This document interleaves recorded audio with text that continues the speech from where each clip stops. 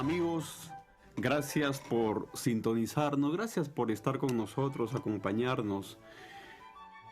Le agradecemos muchísimo que nos permita estar en la intimidad de su oficina, de su domicilio o ahí en el lugar donde usted esté. La verdad que su compañía es la que nos motiva a continuar en su programa, La Biblia Habla.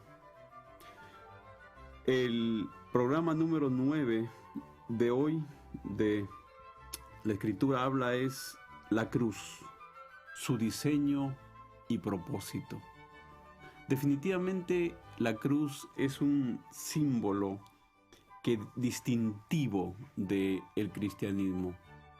La cruz es más que un símbolo identificatorio, es la vida misma, el alma, la esencia del cristianismo. El día de hoy vamos a abordar la cruz.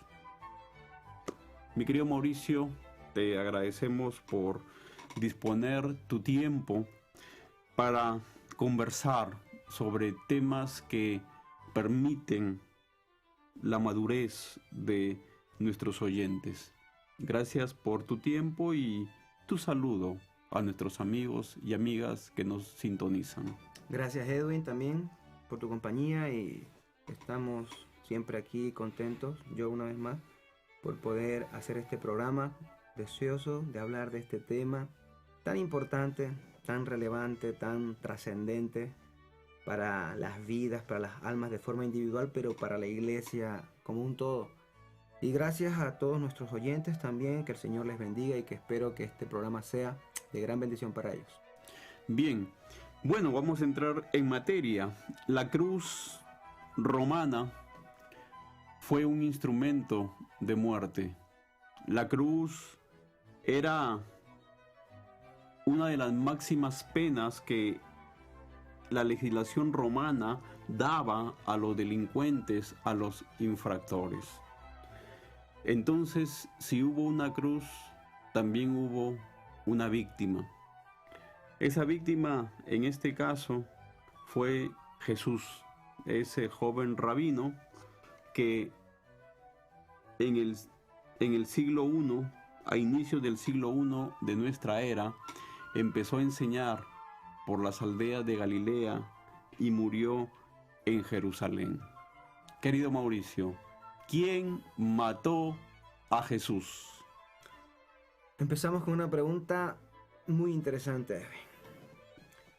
Mira, si hiciéramos una pregunta como esa fuera, ahí en la calle, a personas creyentes o no creyentes, católicas o evangélicas, mormones o testigos de Jehová, mira, de la religión que sea, con una idea o con un trasfondo cristiano, ¿no?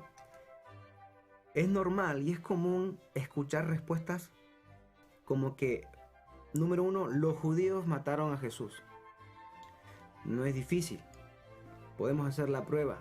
Es más, algunos de los que escucharon la pregunta, de los que nos están oyendo ahora mismo, pudieran ir haciendo ese ejercicio antes de que yo pudiera contestar algunas de las preguntas que tendremos hoy, para que ellos vean qué es lo que en general tienen en sus propias mentes, ¿no? La gente cree de forma general que fueron los judíos quienes mataron a Jesús al entregarle. Otros dirían, si no los mismos, quizás otros dirían que fueron los romanos. La cruz romana, fueron los romanos quienes clavaron a Jesús. Y finalmente alguno que otro también diría que fue Judas. Quien mató a Cristo fue Judas, el que lo traicionó, el que lo entregó, el autor de la muerte de Jesús fue Judas. Entonces la iglesia y el pueblo en general se va moviendo. El pueblo, vamos a hablar latinoamericano, y el pueblo con un trasfondo greco-romano cristianizado, se mueve en la idea de que fueron los judíos, los romanos o Judas quienes mataron a Cristo en la cruz. Pero eso no es así. No fueron ni los judíos, ni los romanos, ni Judas. Aquel que lo mató, como vamos a ver que la palabra del Señor enseña, fue su propio padre. Ujú. Fue Dios mismo quien mató a Jesús, quien crucificó a Jesús. Eso es lo que de momento te puedo decir, Edwin. Bueno, una pregunta interesante y profunda y una respuesta escalofriante. El papá matando al hijo. Mira, qué interesante se pone la conversación. Ahora, si fue el padre quien diseñó ese plan de muerte para su propio hijo, entonces esto significa que no fueron ni los romanos ni los judíos. Pero en todo caso, ¿cómo fue que el padre diseñó este plan? ¿Cuál fue el propósito de esa muerte? Bueno, evidentemente, aquí lo que podemos contestar ya para ampliarnos mejor es dónde se encuentra dicha Ujú. declaración Claro. que acabo de hacer. Lo que ¿no? queremos es pruebas. Mi querido Mauricio, Exactamente. ha hecho una acusación. Sí. El papá ha matado a su propio hijo. ¿De dónde sacamos eso? ¿Qué pruebas tienes de eso, mi querido Mauricio? Bueno, vamos a hablar de la sola escritura en este caso. Ujú. Y en lugar de pensar un poco de qué es lo que dice, qué es lo que me enseñaron los libros de historias, qué es lo que me enseñaron en mi clase de religión en el colegio, qué me enseñaron incluso en la clase dominical, mi profesor de la escuela dominical cuando yo tenía 12 años, vamos a ver qué dice la escritura, tanto en el Antiguo como en el Nuevo Testamento. Vamos a examinar brevemente solo dos pasajes. Mira lo que dice Dios en Isaías capítulo 53, versículo 10. Hablando del profeta, del siervo que iba a sufrir una muerte por su pueblo, dice lo siguiente, en cuanto a quién fue el autor, ¿no? El que perpetuó esta muerte de Cristo, este plan. Dice el versículo 10, pero quiso el Señor quebrantarle, sometiéndole a padecimiento. ¿Qué palabra? Ujú. ¿Quién quiso quebrantarlo? ¿Quién quiso someterlo a padecimiento? ¿Quién diseñó la muerte de Cristo? Aquí dice que fue el Señor, que fue Yahvé, Yahweh, el Dios de Israel. Quiso someterlo a padecimiento. O sea que ya vemos desde 700 años atrás que el profeta nos dice que fue un deseo del Señor quebrantarlo. Ahora, en el día de Pentecostés, como todos sabemos, se da el bautismo y llenura del Espíritu Santo, todo en un solo evento. Surgen algunos que acusan a algunos de los creyentes que estaban hablando en lengua de que estaban borrachos. Y entonces Pedro se levanta y da su primer sermón, ¿cierto? Sí. En ese sermón, dentro de una parte, de un área muy pequeña, dice lo siguiente. Muy pequeña el área que voy a hablar, porque el sermón es extenso, pero muy importante, muy fuerte y muy grande la información que Pedro nos va a dar dentro de su sermón. En Hechos capítulo 2, versículos 22 y 23 dice lo siguiente. Varones israelitas, notemos que Pedro le está hablando a los israelitas, al pueblo. Escuchad estas palabras. Jesús el Nazareno, varón confirmado por Dios entre vosotros con milagros, prodigios y señales que Dios hizo en medio vuestro a través de él, tal como vosotros mismos sabéis. A este, entregado por el plan predeterminado y el previo conocimiento de Dios, clavasteis en una cruz por manos de impíos y le matasteis.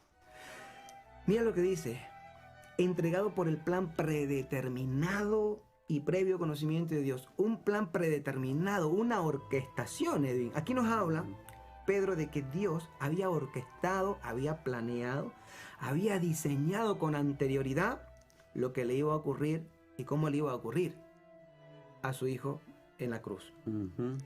Así que vemos entonces tanto en el Antiguo como en el Nuevo Testamento que hay un diseño por parte de Dios original en la muerte de Cristo.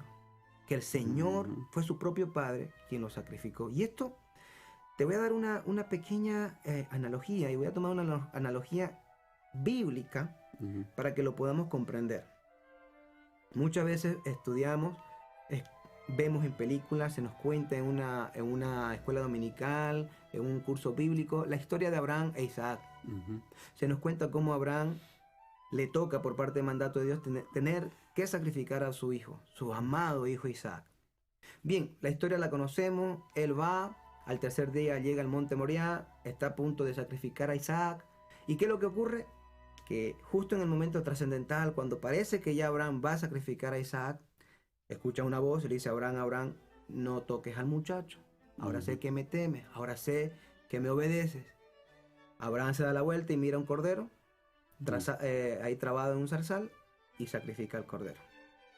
Generalmente se enseña como que mira la fe de Abraham, la confianza de Abraham fue recompensada, él creía en un Dios todopoderoso que podía salvarlo de la situación, y mira cómo Dios proveerá, y se han dicho tantas cosas del Dios proveerá, que Dios proveerá mi trabajo, mi comida, mi esposa, mi alimento y todas las cosas, cuando el propósito de esa historia, Edwin, es solamente una analogía, meramente una analogía, un ejemplo de lo que Dios el Padre iba a hacer en el monte Calvario con su propio hijo. Ese fue un momento en el que el velo se cierra con la historia de Abraham e Isaac, y unos 2000 años después el mismo velo se vuelve a abrir, y ahora lo vemos a Cristo en la cruz y a su Padre sacrificando a su propio hijo, matándolo. Así que el diseño original de la muerte de Cristo lo propició, lo originó, lo creó, lo diseñó su propio Padre. Fue Dios mismo quien mató a Jesús. Entonces, eso significa que toda la humanidad está simbolizada ahí en ese acto por Isaac.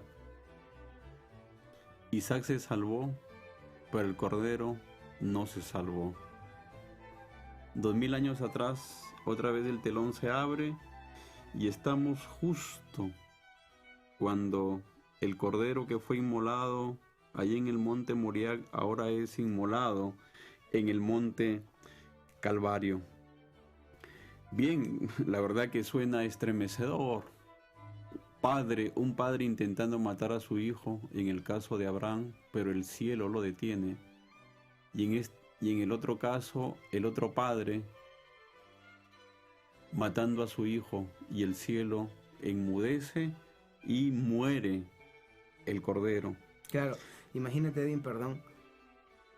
En el caso de Abraham, había alguien por encima de Abraham, muy por encima de Abraham, que es el Dios creador todopoderoso, que le proveyó una salida, que le proveyó un perdón, que le proveyó otra cosa, para no sacrificar a su hijo. Pero ¿quién estaba por encima de Dios, del Padre, para decirle, que te voy a dar otra solución?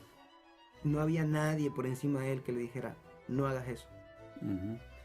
Era su decisión y era la única manera y la única forma de poder redimir a la humanidad de sus pecados. El Padre no tenía salida, ¿verdad?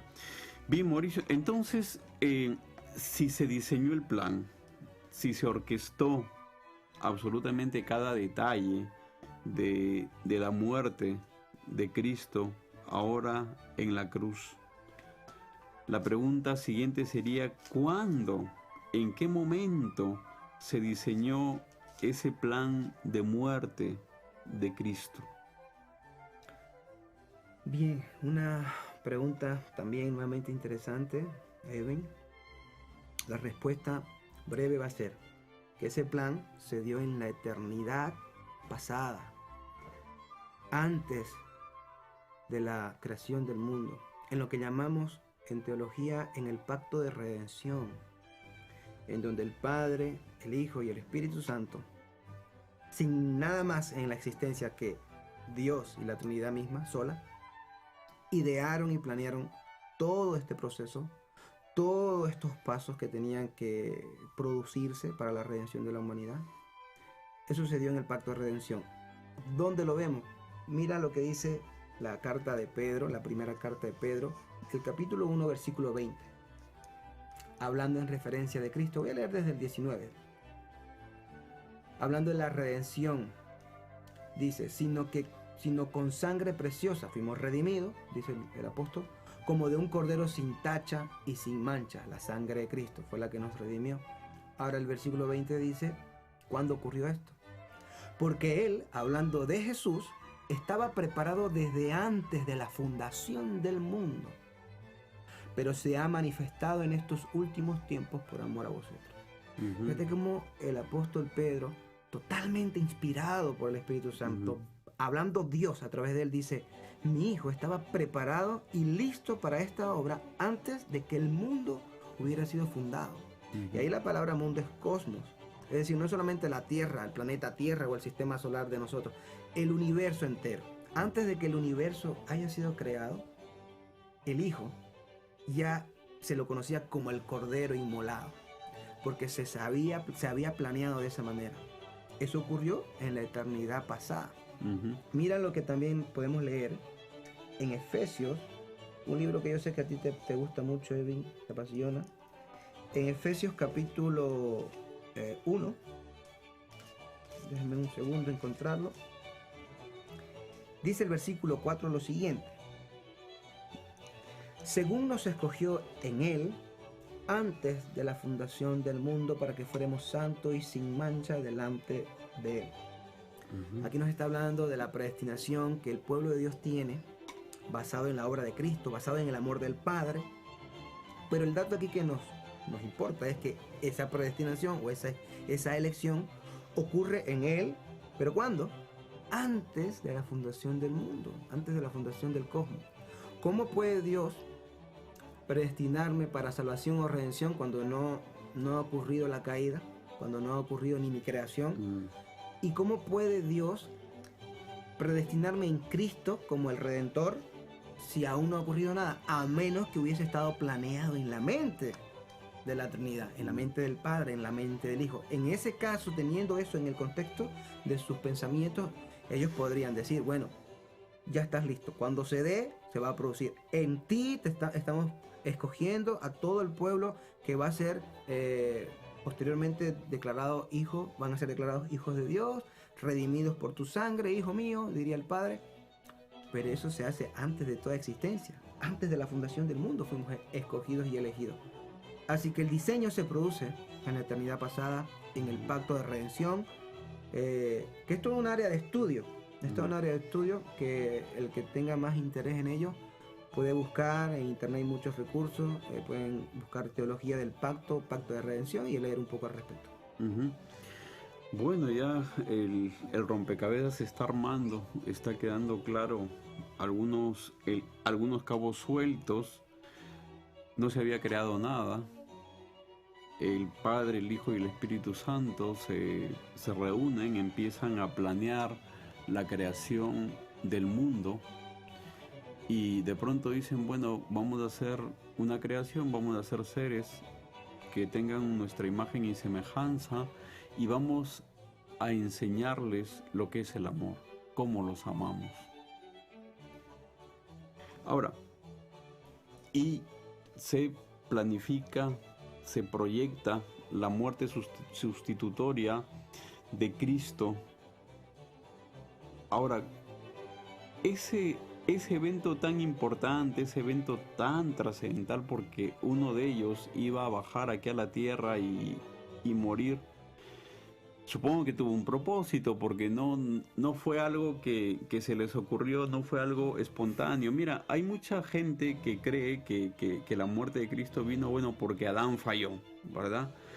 Y que la falla de Adán, la caída de Adán, cogió a Jesús, bueno, y al Padre, a la Trinidad, la cogió desprevenida. Oye, mira, nos falló Adán, ¿y ahora qué hacemos? Bueno, vamos a hacer un plan de emergencia. Vamos a mandar a Cristo. No, pero todo parece indicar que no fue así. Así no es la lógica que nos enseña la palabra. Entonces sí que no fue un plan de emergencia ante un desliz de Adán propiciado por Eva. Entonces, ¿cuál fue el propósito de ese plan tan celebrado con tanta antelación? Porque estamos hablando de miles y miles de años de antelación, ¿verdad? El propósito: amar al hombre, ¿qué nos puedes decir de este plan tan escalofriante, ¿no? De donde uno de ellos iba a morir. Mira, Dios, nuestro Padre, nuestro gran Dios trino, no ha hecho, no hará, ni va a hacer. No ha hecho, no está haciendo hoy, ni va a hacer jamás algo que no sea para su propia gloria. Dios no ha hecho absolutamente nada en el universo, en todo el tiempo de su existencia, que no tenga el fin de su gloria. Ahora bien, en medio de ese propósito fundamental, es que tenemos que entender, Edwin, que Dios se rige por sus propias leyes morales. Y Dios se rige por sus propios mandamientos. Lo que Él manda es porque Él lo vive y porque Él lo cumple. El primer y más grande mandamiento ya lo conocemos, pero que es amarás al Señor tu Dios con todo tu corazón, con tu alma, con tu mente y con tu fuerza. Pero, ¿qué dice los 10 mandamientos en Éxodo capítulo 20? El primer mandamiento, ¿qué nos dice? Amarás a Dios con toda tu mente, con toda tu fuerza, con todo tu corazón. Ese es el resumen, correcto. Pero ¿cuál es el primer mandamiento de los 10 mandamientos? No tendrás dioses ajenos delante de mí. Claro. No te inclinarás a ellos, no los honrarás ni los adorarás. Ok.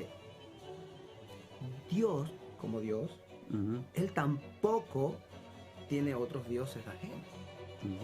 Él cumple su propio mandamiento de amar a Dios por encima de todas las cosas. Es decir, su amor hacia Él mismo, hacia su Hijo, hacia el Espíritu Santo, y así mutuamente, un amor perfecto. De ahí que Dios es autoexistente e independiente, la aseidad de Dios, que es que Él es totalmente independiente y no necesita de nada ni de nadie para vivir y ser completamente feliz. Dios cumple con ese mandamiento, por lo tanto, todo lo que Él va a hacer y ha hecho y hará es para su gloria.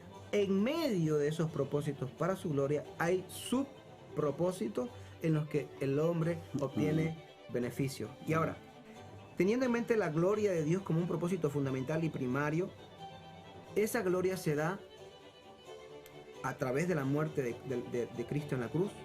Y dice aquí Mateo, voy a remitirme a Mateo capítulo 1, versículo 20, el motivo por el cual este Hijo de Dios vendría y se encarnaría a la tierra, el 20-21. Pero mientras pensaba en esto, he aquí que se le apareció en sueños un ángel del Señor, diciendo: José, hijo de David, no temas recibir a María tu mujer, porque el niño que se ha engendrado en ella es del Espíritu Santo. Y aquí el propósito: y dará a luz un hijo, y le pondrá por nombre Jesús, porque él salvará a su pueblo de sus pecados. Bien, Cristo viene a salvar a su pueblo de sus pecados, para su gloria. Ahora, el diseño de la cruz, la forma en que se da la muerte de la cruz, lo hace también con otro propósito, que siempre se deriva al primero, a darle gloria a Dios, que es desplegar el carácter de Dios, su Padre. Cristo, cuando Él muere en la cruz, o cuando Él está en la cruz, se está expresando el carácter de Dios, de su Padre. Es más, Cristo dijo que la vida eterna es conocer al único y Dios verdadero, conocer al Padre. Pero claro, ese conocimiento viene solo a través de Cristo. Por tanto, Él es el conocimiento verdadero del Padre, el conocimiento que nos lleva a la vida eterna. Cristo nos dice que Él es el único camino, la única verdad y la única vida que nos lleva al Padre. Y en Cristo y en su cruz, nosotros vemos, por ejemplo, el despliegue de la gloria de Dios, sus atributos, porque sus atributos es la gloria de Dios. La gloria de Dios no es otra cosa que la suma de todos sus atributos. Esa es la gloria de Dios. La excelencia de sus atributos, como decía Jonathan Edwards. En la cruz yo veo la santidad de Dios, su santidad. Veo que Dios es tan santo que no iba a permitir que un solo pecador entrara al cielo con pecados no pagados o no sentenciados. Vemos la eternidad de Dios. Un pecado eterno, una ofensa eterna merece un castigo eterno, y solo una persona, solo un ser eterno podía pagar una deuda eterna. De ahí que Cristo, siendo Dios, era el único que podía pagar una deuda eterna de pecado. vemos la eternidad de Dios en la cruz. Vemos su justicia, que Él no iba a dejar al impío impune y perdonar así como así a cualquier persona sin hacer justicia. La justicia se hizo en su Hijo Jesús al matar a su Hijo Jesús, al sentenciar a su Hijo, a abandonar a su Hijo. Vemos el amor de Dios. Por supuesto que lo vemos. De tal manera amó Dios al mundo que mandó a su Hijo para ser muerto por nosotros. Para que el que cree en Él no se pierda y tenga vida eterna. Entonces, en la obra de la cruz vemos el amor glorioso, majestuoso, totalmente distinto del amor que nosotros tenemos. Un amor incondicional hacia su pueblo. Y de esa manera vemos muchos atributos de Dios en la cruz. Vemos su misericordia, vemos su gracia, vemos su paciencia, vemos su perdón, vemos la ira de Dios, puesto que el pecado está siendo totalmente castigado y sentenciado en su propio Hijo. Así que cómo despliega Dios también su gloria por medio de la cruz, al mostrar su carácter. Entonces, ¿cuáles son estos propósitos? El propósito es la gloria de Dios. ¿De qué manera? Al mostrarse en la cruz de Cristo, porque ahí expresa su carácter. Y al hacer todo eso, el hombre es beneficiado, siendo salvado, siendo redimido, siendo rescatado, siendo llevado de las tinieblas a la luz del Padre, de ser huérfanos y abandonados a tener una familia y un Padre celestial. Ese es un beneficio que hay en medio de la gloria de Dios y de la manifestación de su carácter revelado en la cruz del Calvario. Qué interesante. Entonces, mira, el hombre no participó en nada. El hombre no planificó el plan de redención. Tampoco fue tomado en cuenta. No participó en el diseño del plan y tampoco fue participante en la muerte, ¿no? Porque se podía matar a 1 millón de personas para que toda la humanidad sea salva. Pero no fue así, sino que se mató a un ser perfecto para que en esa muerte sean lavados los pecados. Bien, hay un tema que hay un cabo como que se ha quedado suelto, ¿verdad? Y te voy a hacer esta pregunta. Cuando Pedro está dando su discurso en el pórtico de Salomón después de la curación del cojo, me remito a Hechos 3, 14 y 15, que dice así. Pedro está hablando de los judíos: mas vosotros negasteis al santo y al justo, y pedisteis que se os diese un homicida, o sea, Barrabás. Y dice: y matasteis al autor de la vida, a quien Dios ha resucitado de los muertos, de la cual nosotros somos testigos. Mi querido Mauricio, ¿no hay una contradicción entre lo que tú leíste del discurso que dio Pedro en el Pentecostés, y que ahora en este otro discurso, en el segundo discurso, Pedro se está contradiciendo cuando le está echando la culpa a ellos, que ellos mataron al autor de la vida? ¿No hay una contradicción aquí evidente? Parece que sí, pero vamos a ver que no es así. En todo evento tenemos, o en toda ejecución tenemos, algo que se llama la causa primera y la causa segunda. Cuando la palabra declara, evidentemente, y cuando se ve de forma obvia en una lectura simple y sencilla de los evangelios, vemos que los judíos entregan a Cristo. Vemos que antes de eso Judas lo entrega a Cristo, y vemos que después de eso los romanos crucifican a Cristo. Sin embargo, lo único que ocurrió aquí es que ellos fueron fueron el instrumento de Dios para ejecutar los pensamientos, el decreto, el programa, el diseño de Dios. De ahí que tenemos entonces la causa primera y la causa segunda. ¿Cuál sería la causa primera de cualquier acción? Bueno, mi pensamiento de ejecutar y de hacer algo. Voy a talar un árbol, ¿verdad? Yo pienso, mira, ese árbol que tengo en el jardín no es decoroso, ya está un poquito viejo, lo voy a quitar de en medio. Bien, ese es mi pensamiento. ¿Quién diseña la idea de talarlo? ¿Y quién piensa en a qué hora lo voy a talar? y cómo lo voy a hacer y qué voy a hacer luego con el resto de árbol que quede de madera, lo diseño yo. Ahora bien, ¿cuál es el instrumento que yo voy a utilizar para talar ese árbol? Yo voy a agarrar probablemente o una motosierra o voy a agarrar un hacha y agarraré quizás hasta un machete. Bien, aquí tenemos estos los instrumentos. Cuando yo agarro una sierra y cierro la madera, ¿quién está cerrando y quién está cortando el árbol? Bueno, podemos decir que lo está haciendo la sierra, pero también podemos decir, y en realidad la verdad es que lo estoy haciendo yo, porque la sierra sin mí no puede hacer absolutamente nada. Lo mismo ocurriría con el machete o con el hacha. Bien, Judas, los judíos y los romanos eran el instrumento. Ellos eran la sierra, ellos eran el hacha, ellos eran el machete. Que en manos de Dios se ejecutó el plan y el pensamiento de Dios para con su Hijo. Simplemente eran un instrumento. La causa instrumental fueron los judíos y el pueblo romano. Pero la causa mental, es decir, la orquestación, la palabra concreta ahora mismo. El diseño. El diseño, sí.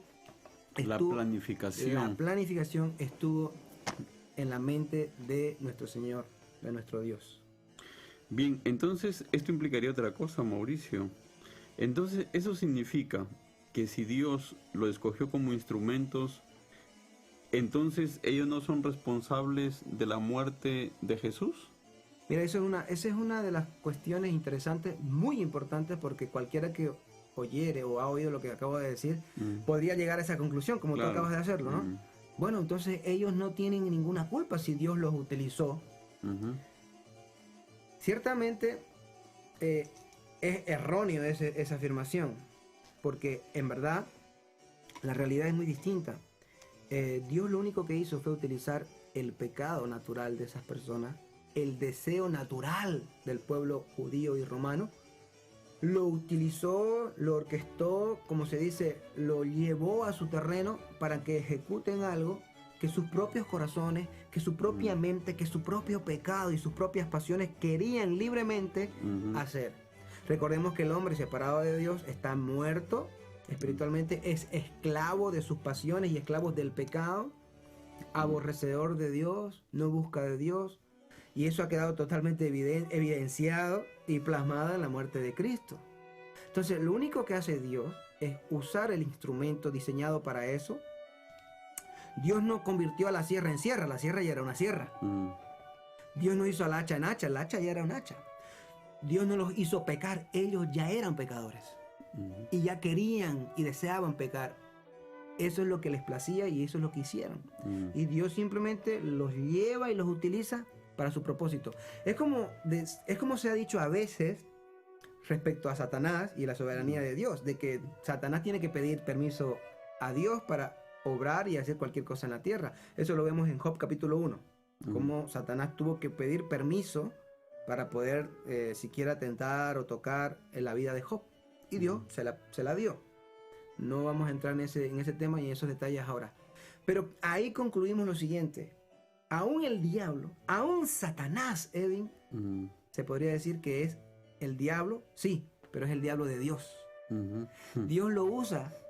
Dios lo hace lo que Él quiere con Satanás. Lo usa para sus propios propósitos. Entonces, de la misma manera, Dios usó para sus propósitos al pueblo y sus pecados. Entonces, ellos tienen una responsabilidad, ¿verdad? Son responsables de su propio pecado. De todos los anteriores a la muerte de Cristo y los de Cristo, por supuesto, cuando ejecutaron al Señor.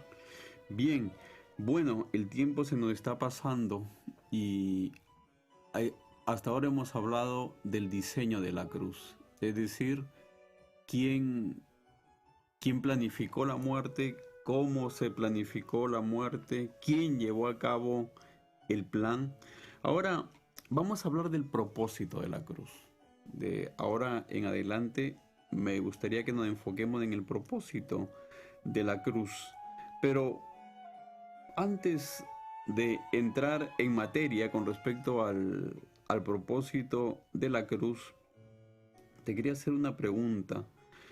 ¿Cómo un Dios justo, bueno, santo y amoroso, puede planear la muerte de su propio hijo? Esto también parecería una contradicción ética, moral.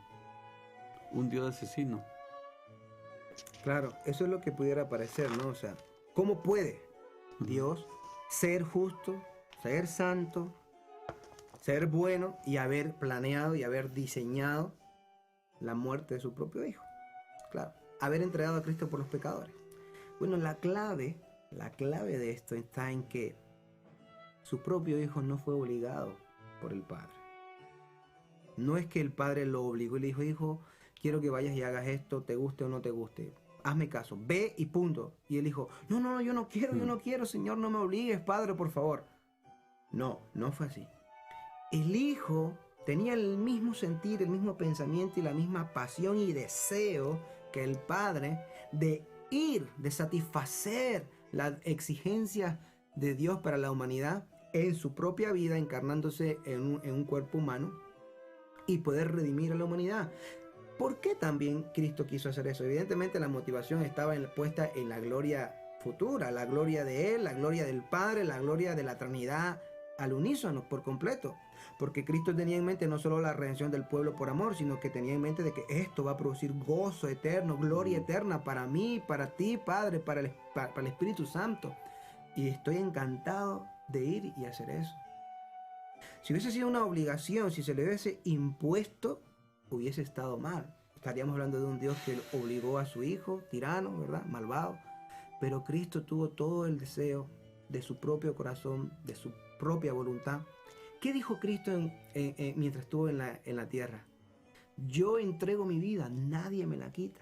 Tengo poder para darla y tengo poder para tomarla otra vez. O sea que nadie le obligó, es Él voluntariamente que lo está haciendo. Porque Él anhela, dice, y su alimento es hacer la voluntad del Padre. Él se complace y se deleita en obedecer a su Padre. Es su vida, es su pasión. Por lo tanto, no fue obligado en ningún caso. Él vino de forma voluntaria. Y es por eso que entonces nosotros podemos ver que no hay ninguna injusticia en eso, sino que ahí es donde se ve el acto misericordioso, el acto de gracia, el acto de bondad sublime, de gracia sublime, en que cuando no tenía que hacer algo así, lo hizo. Cuando no debía, cuando éramos totalmente indignos, enemigos, aborrecedores de Dios, aborrecedores de Cristo mismo. Imagínate al Padre diciéndole a Cristo, pero hijo, ¿sabes qué? Te van a aborrecer, te van a negar. No importa, Padre, yo quiero ir. Yo quiero ir por amor a ti, por amor a mí, por amor a nuestra gloria, por amor a ellos. Yo quiero ir por todo eso. Entonces el Hijo vino totalmente de forma voluntaria a hacer un sacrificio amoroso, no obligado, y siempre pues puesta la mente en la gloria final, ¿no? que lo obtuvo. Bien, estamos viendo, mis queridos amigos, amigas que nos escuchan, la cruz, su diseño y sus consecuencias, cómo se diseñó la cruz en la eternidad pasada, por qué se diseñó también esta cruz que estamos viendo para la gloria de Dios. Ahora, la pregunta pertinente en este momento sería, ¿por quién? Ya hemos visto por qué murió Jesús. Ahora, ¿por quién murió Jesús? ¿Con qué propósito? Bien, Cristo murió, como hemos leído antes en Mateo, por su pueblo. Cristo murió por su pueblo, un pueblo que fue escogido por Él desde, como hemos dicho antes, desde antes de la fundación del mundo, en el pacto de redención. Él vino a redimir a ese pueblo, a salvar a ese pueblo de sus pecados. Ahora, ¿quién es su pueblo? Bueno, su pueblo van a ser y son, según Juan 3:16, todos aquellos que crean en Él y que creen en Él, que creen hoy y que creerán en Él mañana y que creerán en Él pasado. Mira lo que dice bien el versículo. El versículo dice en Juan 3:16, de tal manera amó Dios al mundo que dio a su Hijo único para que todo aquel que cree en Él, ahí está, no se pierda, mas tenga vida eterna. ¿Por quién murió Cristo? Cristo murió por sus escogidos. Cristo muere por aquellos que creen en Él. Cristo muere por aquellos que depositan su fe, su confianza, su esperanza solo, única y exclusivamente en Él y en nada más. ¿Quiénes van a creer? Bueno, ahí es donde nosotros vemos también que los que creerán por obvia enseñanza escritural serán los escogidos de Dios, aquellos que desde antes de la fundación del mundo, el Padre de entre toda lengua, nación y tribu escoge una multitud la cual no se puede ni contar para que sean salvos y se los entrega a su Hijo, y todos ellos, dice, oirán la voz del pastor, reconocerán la voz del pastor, creerán en él, se arrepentirán de sus pecados y le servirán y serán el rebaño del buen pastor que es Cristo. Qué interesante. Ahora, ¿por qué esta muerte es tan importante?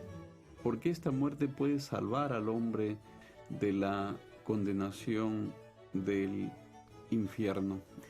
Una muerte ya premeditada, una muerte planeada, pero puede ser una muerte ineficaz, como hay muchas personas que, por ejemplo, mueren en guerras, en batallas, para lograr un objetivo social, o para lograr, por ejemplo, la independencia de un país, pero a veces no se logran. Hay causas perdidas, ¿no?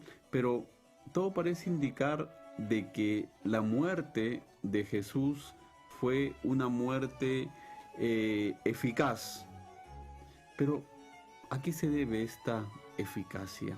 ¿Cómo es que puede salvar de la condenación del infierno al hombre? Mira, se debe porque Cristo es Dios. Juan 1:1 nos declara de una manera asombrosa y maravillosa que en el principio existía el Verbo. Este Verbo, esta palabra, es Cristo, y que el Verbo estaba con Dios y que el Verbo era Dios.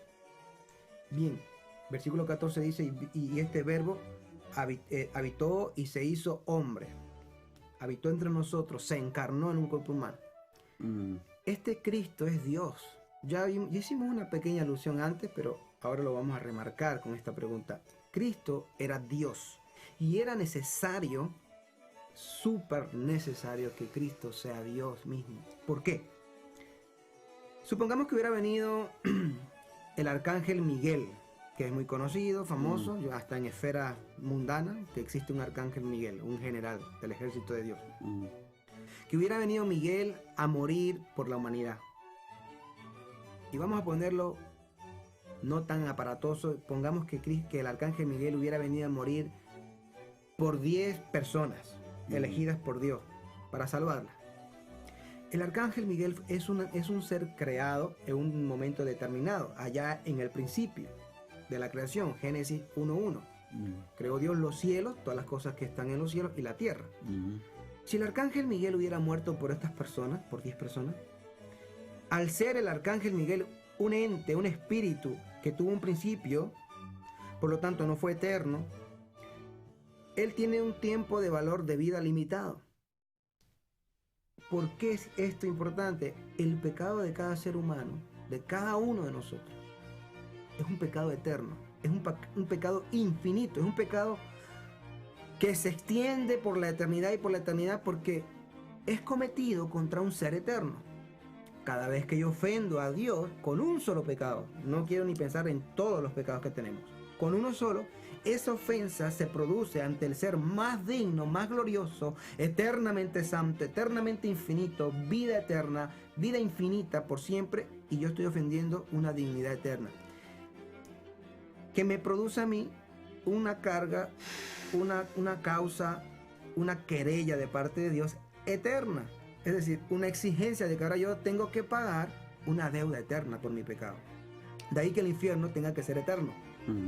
Muchos preguntan por qué el infierno tiene que ser eterno, por qué no puede ser un par de años, o 10 años, o 1000 años. ¿No es exagerado el Señor? No lo es. No lo es porque el pecado de cada uno de nosotros tiene un valor eterno y perpetuo. Por lo tanto, Miguel no hubiera podido pagar un pecado de 10 personas eterno, porque él no ha sido eterno nunca. Hubiera podido pagar, no sé, 10.000 años, por poner una cifra. Y 10.000 años después, estos 10 hombres terminarían en el infierno en el año 10.001. ¿Por qué? Porque solamente se pagó 10.000 años. que era lo que valía este ángel. Pero Cristo, hermano, Cristo era Dios. Cristo era el eterno Hijo de Dios, sin principio ni fin, Dios mismo. Y cuando Cristo muere en la cruz, está cancelando todo pecado, pasado, presente y futuro, de manera eterna y para siempre de su pueblo. De tal manera que esos pecados pasados, que esos pecados que siempre tendrán un valor eterno en la mente de Dios, están siendo eliminados, pagados, cancelados en la muerte de Cristo, quien era Dios.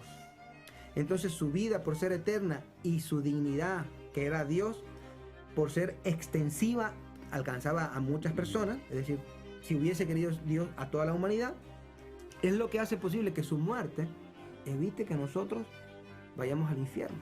Uh-huh. Es el motivo por el cual nosotros nos salvamos. Uh-huh. Porque Cristo es eterno y porque Cristo vale muchísimo más que cualquier existencia de belleza en todo el cosmos, en todo el universo, que cualquier persona o todas las personas juntas en una balanza. Cristo vale mucho más. Uh-huh. Cristo hubiese podido redimir 1000 planetas con miles y miles de millones de personas en esos planetas, si así hubiese sido el caso.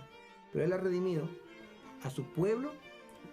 Y se ha logrado de esa manera porque Él era eterno y porque Él era digno de poder pagar ese precio. Mira, mientras hablabas me viene a la memoria un sermón, ¿verdad? De un hermano reformado clásico que dice: la muerte de la muerte en la muerte de Cristo, ¿verdad? La muerte pues fue abolida. Entonces, como que a la pregunta me ha respondido que hay la necesidad de que un Dios muera, ¿no? Que para que haya de un Dios eterno es necesario que Él muera para pagar un pecado eterno. Ahora, estamos de acuerdo. Otra pregunta: ¿por qué Jesús tuvo que vivir entre nosotros? De repente hubiera sido mucho más práctico que Él venga un fin de semana o 3 años. ¿Por qué Él tuvo que vivir un periodo tan extenso aquí en la tierra con nosotros, incluso pasando desde la encarnación, ¿no? Desde la concepción, Él en un vientre humano, ¿no? ¿Por qué ese detalle, ¿no? Que supongo que también tiene alguna implicancia, también tiene un propósito, tratándose de un Dios que planifica, orquesta, que hace todo a la precisión. ¿Te acuerdas cuando Cristo se encuentra con Juan el Bautista en aquella escena y le pide ser bautizado, y el bautista se quiere negar y dice: yo bautizarte a ti, tú me tienes que bautizar, ¿verdad? ¿Qué le dice Cristo? Que es necesario que cumplir. Es necesario cumplir con toda justicia. Con toda justicia. ¿Por qué Cristo tuvo que vivir? Bueno, porque si bien la muerte de Cristo, que es su propia vida, su valor como Dios eterno y su dignidad como Dios que alcanzaba a toda la humanidad, evita que nosotros vayamos al infierno, su mera muerte solamente no nos hubiera alcanzado para entrar al reino de los cielos de Dios. O sea que la misión de Cristo fueron muchas, pero principalmente fueron en dos áreas. Evitar, cancelar la condenación en el infierno y lograr llevarnos al reino de los cielos junto al Padre. Ninguna de las dos cosas, ninguna de las dos podíamos hacer nosotros. Yo no podía, el ser humano, el pecador, no puede evitar ir al infierno por su propia cuenta. Y al mismo tiempo no puede lograr ir al cielo por su propia cuenta. Ambas cosas tenía que hacerla Cristo. La muerte evita la primera, que ya hemos hablado, ser condenado en el infierno, pero es la segunda parte, que en realidad es la primera que Él hizo, que es su vida en la tierra, cumpliendo toda justicia en la tierra, la que nos lleva al Padre. ¿Qué entendemos cuando estoy diciendo su vida o cumplimiento de toda justicia?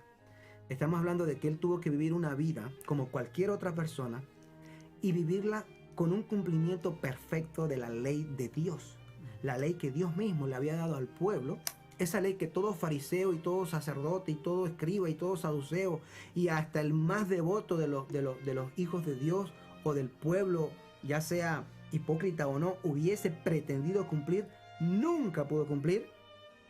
Sí lo hizo Cristo. Cristo sí lo cumplió. Cristo sí cumplió toda justicia necesaria. Él nunca pecó. Él siempre hizo la voluntad de Dios en todo, absolutamente todo lo que le demandaba el Padre. Por tanto, Él es el perfecto Hijo de Dios aquí en la tierra.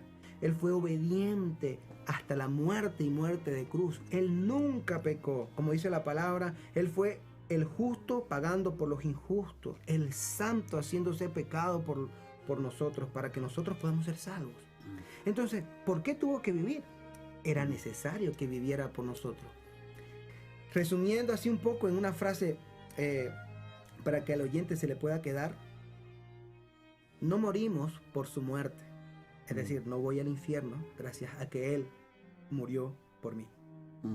Y vivimos por su vida. Es decir, voy a ir al reino de los cielos porque Él vivió la vida que yo jamás podía vivir o hubiera podido vivir. O sea, tanto la vida como la muerte de Cristo son importantes, ¿verdad? Absolutamente, como el respirar. Hermano, ¿qué implica la cruz para nosotros? ¿Cuáles son los beneficios de la cruz para nosotros? La cruz implica amor de Dios. La cruz implica el carácter benevolente expresado de Dios. La cruz implica que el Señor es un Señor glorioso y majestuoso. La cruz tiene su propia gloria que brilla y que brillará toda la eternidad, Edwin. Porque en la cruz nosotros vemos todos esos atributos perfectos de Dios desplegados ahí. Cuán santo, cuán bueno, cuán misericordioso, cuán recto, cuán puro, cuán todopoderoso, la omnisciencia, su sabiduría como hemos dicho, al diseñar y orquestar todo esto. ¡Qué increíble! Solamente un Dios tan sabio, tan infinito como Él podía diseñar algo así. La Biblia dice, el apóstol habla que esto es como locura para los gentiles, la gente de su época, todos los filósofos, que un judío muerto en una cruz sea el salvador del mundo, y que era una piedra de tropiezo gigantesca para el judío. ¿Cómo un judío nacido y salido de ahí de Nazaret, de Belén, va a ser el Mesías muerto en una cruz cuando la ley dice que aquel que muere en un madero es maldito? No, una piedra de tropiezo. O sea, solo un Dios totalmente sabio, infinito, que en lugar de nosotros sorprenderlos, Él siempre nos va a sorprender a nosotros, podía orquestar algo así. ¿Qué significa para nosotros? ¿Qué significó para ellos? ¿Qué significará para los de mañana? Significa la salvación. Significa que hay un Dios que se interesa por la justicia, que se interesa por el bien de su pueblo, que se interesa por la rectitud, que se interesa por que esto llegue a buen puerto y llegará a buen puerto. Es decir, la historia de la humanidad será la historia de la redención y gloria de Cristo en el reino celestial, eterno y perpetuo, ya para siempre. Qué interesante. En la cruz nosotros encontramos nuestra salvación, nuestra redención, al buscarlo a Él con fe y al arrepentirnos de todos nuestros pecados y caminar una vida entregada, sacrificada, en pos de ser discípulos de ese Cristo. Bien, hemos hablado de la vida de Jesús, hemos hablado de la muerte de Jesús, pero Jesús vivió y murió, pero también resucitó. Mi querido Mauricio, ¿qué significa la resurrección de Cristo? Esa sería la tercera y última parte, ¿no?, de la vida de Cristo. Tenemos su vida, como hemos hablado, su muerte y ahora su resurrección. La resurrección es el amén del Padre, Edwin. La resurrección es cuando el Padre dice: wow, aleluya, Él mismo dice, ¿no? Gloria a mi nombre, porque mi Hijo me ha satisfecho. Me ha satisfecho porque las exigencias y las demandas que yo tenía sobre estas personas, las cuales hemos escogido para salvación, han quedado totalmente pagadas con creces con la vida de mi Hijo. Romanos capítulo 3, versículo 24, 25, 26 son una de las partes más fundamentales de toda la Biblia, donde se habla que Cristo fue la propiciación de nuestros pecados delante del Padre. Es decir, aquel que apaciguó, que aquel que calmó y relajó la ira del Padre que estaba sobre la humanidad, sobre los pecadores. La resurrección es el amén a toda la obra de Cristo. Es el visto bueno. Es el ok. El ok de toda la orquestación que empezó en el pacto de redención, cuando nada existía, cuando Cristo dijo consumado es, ya prácticamente estaba acabado, pero en la resurrección el Padre le certifica a su propio Hijo, le dice, ok, lo que has hecho está hecho perfectamente, me agrada, me deleito, has conseguido el propósito, la obra que habíamos planeado. Eso es la resurrección. Y que, Eden, como sabes tú, la esperanza de todo creyente es que aquellos que duerman, que pasen a la muerte antes de la venida de Cristo, resucitarán primero. Y con los que estén vivos en aquella venida de Cristo, juntos seremos arrebatados en una nube y nos reuniremos con el Señor Jesucristo para siempre. Bien, Mauricio, una pregunta final, un poco ya actualizando y yendo al contexto de nuestra ciudad y de Latinoamérica en la actualidad. ¿Tú crees que en la predicación actual la cruz es central? ¿Estamos predicando, se está predicando en los púlpitos la cruz? Mira, realmente que esa pregunta ahora mismo me acaba de producir un poco de pesar, porque la respuesta sinceramente es no. Es un gran problema que tenemos ahora mismo en muchas iglesias, sin importar denominación, aún hablando de iglesias reformadas o que al menos proclaman o dicen creer en la reforma, no han aprendido de alguna manera que la Biblia de tapa a tapa, de Génesis a Apocalipsis, habla de Cristo y habla del Evangelio de Cristo. Así como hablamos de Abraham e Isaac, eso representaba a Cristo. Y cuando vemos a Sansón tumbando las columnas y muriendo, vemos a Cristo en Sansón. Y de alguna manera la iglesia ha mal aprendido a predicar del Antiguo Testamento como historias morales, cuentos de qué no hacer y qué hacer, y luego selecciona temáticamente los pasajes en el Nuevo Testamento para predicar sobre lo que mayormente a los pastores les interesa. Pueden ser buenas cosas como amarnos, ser pacientes, dar ofrendas, servir, pero todas estas motivaciones y estos mandamientos siempre se predican de una manera desligada de la cruz. Una cosa que años atrás yo observé en una de las iglesias que yo estuve sirviendo era que el pastor que estaba allí hacía mucho énfasis en que sirvamos al Señor. Con un espíritu fogoso y apasionado lo decía, sirvamos al Señor, sirvamos en la obra de Dios. Sin embargo, los argumentos para motivar mi corazón y el corazón de las demás personas no era el adecuado, porque la cruz, la obra de Jesús, la gloria de la cruz no estaba presente en su predicación para que motive mi corazón y mi mente a decir, amén, pastor, yo quiero servir, aquí estoy, dígame, yo quiero hacer lo que sea por este Cristo que hizo tan gran sacrificio por mí, tan obra magistral y gloriosa por mí. Ahora, es un problema. Ahora, ni hablar de las iglesias que están, como ya hemos hablado en alguna ocasión o hemos comentado en otros programas, las iglesias que están desligadas de la sana doctrina y hablando de prosperidad, de dinero, de pactos, de profetas, de apóstoles, todo lo cual es solamente doctrina de demonios y no son iglesias sino sinagogas de Satanás. Sin embargo, aún las que proclaman o entienden que tienen sanas doctrinas de sí mismas, no están siendo centrales con la cruz.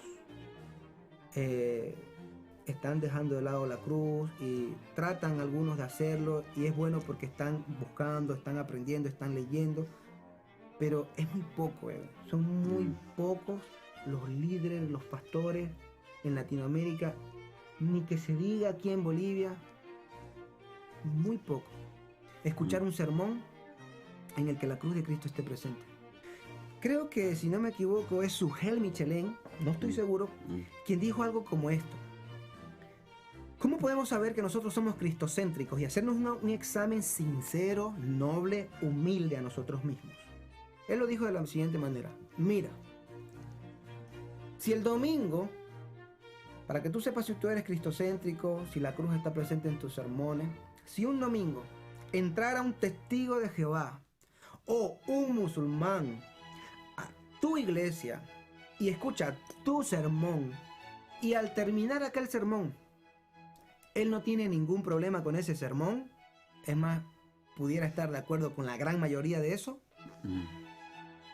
estate por seguro que esa iglesia y ese sermón no es cristocéntrico ni ha predicado la cruz de Cristo. Una iglesia que predica la cruz de Cristo es una iglesia que confronta, es una iglesia que deja en alto la divinidad, la gloria, la santidad, la justicia de Cristo. Cristo el único camino siempre al Padre. Si yo voy a hablar de moralidad, Edwin, porque si algún predicador estuviese escuchándome, algún pastor y dijera, bueno, ¿y cómo puedo predicar yo de algún fruto del Espíritu y tener que hablar de Cristo con eso? Si eso trata de la paciencia, por ejemplo. Un ejemplo que yo le puedo dar, una idea es, ¿cómo adquiero yo esa paciencia? ¿Cómo llego yo a ser ese hombre paciente que dice que debo ser lleno del Espíritu Santo? Solamente a través de conocer primero la cruz de Cristo, el Evangelio. Solamente al considerar a aquel que fue paciente a lo sumo. Entonces eso me va a ayudar a mí a cultivar un fruto del Espíritu que es la paciencia. Pero lo que se hace lamentablemente es hablar solamente de la paciencia y empezar a dar un montón de analogías e historias de la paciencia de la vida cotidiana, que luego no consiguen una iglesia y unas ovejas pacientes, porque no hay una motivación espiritual ni correcta en esa predicación. Así que estamos un poco, lamentablemente, apartados de la predicación de la cruz, y es algo que debemos empezar a cambiar, ¿no, Edwin? Es algo que yo oro mucho contigo, siempre que nos reunimos a orar, oramos por hombres cristocéntricos, hombres que Dios envíe, que Dios prepare, que tengan presente el Evangelio y la cruz como la gloria de toda la Escritura, ¿no? Y que se pueda ver la belleza de Jesús en esa cruz, hermano. Amén. Qué bueno. Precisamente una de las motivaciones con que hacemos de su programa La Escritura Habla es que la cruz esté presente en nuestras vidas y sobre todo en la predicación. Esperamos pues que usted también nos ayude a orar, usted también nos ayude a motivar a predicadores, a cristianos, a maestros, para que la cruz sea un tema de la cotidianidad, un tema predominante en nuestras conversaciones. Bueno, mi querido Mauricio, hemos llegado ya a la parte culminante del programa, un programa bastante profundo, un programa donde hemos analizado un concepto que pareciera superficial, pero que tiene mucha raíz en lo que es nuestra cristiandad. Querido Mauricio, tu despedida. Gracias, Edwin, por acompañarme y por hacer posible con tu compañía que este programa se haga realidad. Gracias al Señor porque nos permite reunirnos. Gracias a nuestro hermano que está en la cabina haciendo posible todo este sonido para que luego se pueda producir y salir al aire.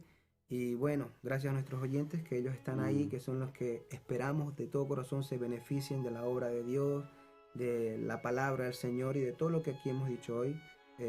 Muchas gracias a todos, que Dios los bendiga y conmigo hasta la próxima. Bien, amigos, amigas, gracias por acompañarnos. La verdad que es un privilegio que usted esté ahí escuchándonos y le invitamos a continuar con la próxima emisión de La Escritura Habla.